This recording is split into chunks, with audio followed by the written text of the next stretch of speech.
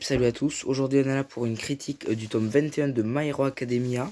Donc déjà je vais revenir sur tout ce qu'il y a eu dans ce tome, tout ce qu'il y a eu d'intéressant, et aussi sur quelques théories que j'avais vues de My Theory Academia et qui pourraient potentiellement se réaliser dans la suite de My Hero Academia.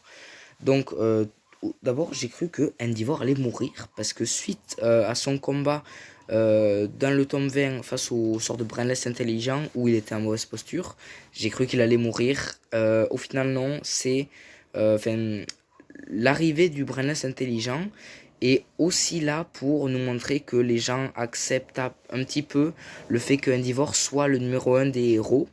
Et Hawk, qu'on a aperçu pour la première fois dans le tome 20, j'avais vraiment des doutes parce que je croyais que c'était un méchant infiltré dans l'alliance des super-héros. Sauf que, après, dans le tome 21, vu qu'il aidait les gens à ne pas se faire tuer par le Brainless, je me suis dit que au final, peut-être que c'était pas une top. Puis après, on le voit pas parler à Crématorium.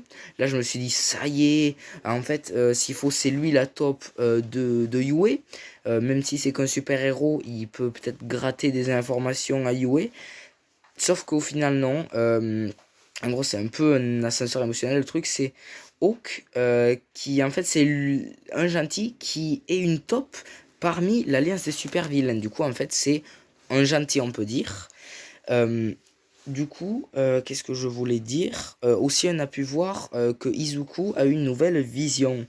Il a pu voir les détenteurs du One for All, les anciens détenteurs, un peu plus en détail comparé à la première fois lors du tournoi.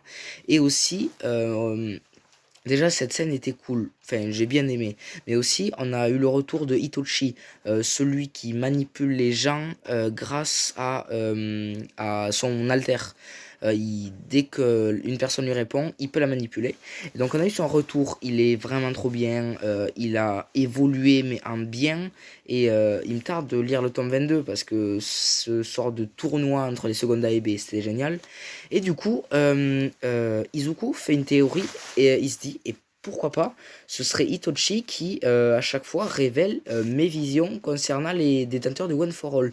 Parce que la première fois lors du tournoi, il allait combattre Itochi et il a vu la vision pour la première fois. Donc, aussi dans cette vision, on a vu la première obtention du One for All par le frère de All for One. Du coup, c'est lui le premier détenteur. On a pu aussi voir Nana Shimuri, je sais plus, la mère du coup de Tomura Shigaraki. Je crois que c'est ça. Et du coup aussi All Might et quelques autres. Et moi, j'ai trouvé cette scène vraiment bien. Il me tarde d'en savoir plus sur le One for All et sur All for One. Peut-être dans le second tome, dans le tome prochain, je sais pas, je verrai. Et du coup, on va entamer les théories. Dans ce tome, on a vu Crématorium. D'ailleurs, on le voit là. Et j'ai cru que on allait savoir dans ce tome que Crématorium, c'est le fils d'Endivore. Pourquoi je dis ça? Donc, My Theory Academia, je mets le lien dans la description. En fait, il fait des théories sur My Hero Academia, des reviews et aussi des critiques des scans. Et du coup, il avait émis une théorie comme quoi Dabi ce serait le fils d'Endivore. J'ai vraiment cru que dans ce tome, on allait l'apprendre, sauf qu'au final, non. Mais j'avais quand même envie d'en parler de ces théories parce qu'elles sont vraiment bien. Il a trouvé des détails dans l'animé, par exemple, qui sont dans l'animé mais qui ne sont pas dans le manga. Fait toutes ces choses qui sont vraiment bien. Moi, je n'avais pas découvert tout ça. Je m'étais pas plus attardé de ça, sur ces détails-là, hein. Et en fait, ces théories-là, elles approfondissent l'univers de My Hero Academia. C'est pas aussi. Comment dire? Ça me fait un peu penser à l'attaque des Titans et à ce premier Neverland, mais c'est pas amené de la même manière. Je veux dire, il nous reste encore beaucoup de choses à découvrir. Il y a le traître, enfin, le traître d'Oyue, c'est peut-être la top plutôt, parce qu'elle est pas forcément méchante. Selon lui, ce serait Toru, Denki, ou même ou même Neito. Pourquoi pas? Toru, pour moi, ce serait la personne la plus susceptible d'être la top. Enfin, après, il y a aussi le secret des Nomu. Ça, je l'ai vu, enfin, je vais pas le dire en détail, allez voir ces vidéos plutôt que je les explique, hein. Et aussi le fait que Yuga pourrait potentiellement être un sans alter comme Izuku.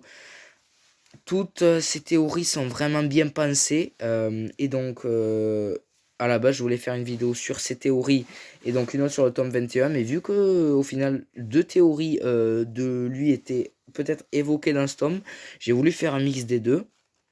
Et donc aussi toutes ces théories montrent que l'univers de My Hero Academia est loin de se terminer, ce qui est vraiment bien. Moi, j'avais oublié le fait qu'il y avait un traître à Yue. J'avais aussi oublié le fait que, comment dire, il pouvait y avoir une continuité, mais vraiment longue, avec l'alliance des super vilains, hein. Enfin, je trouve ça vraiment bien. My Hero Academia, finalement, c'est trop bien. Ce tome, c'est l'un de mes préférés. Ça remonte un petit peu dans mon estime, sans déconner. Et du coup, je crois que j'ai fait le tour de tout ce que je voulais dire. Voilà, donc ciao.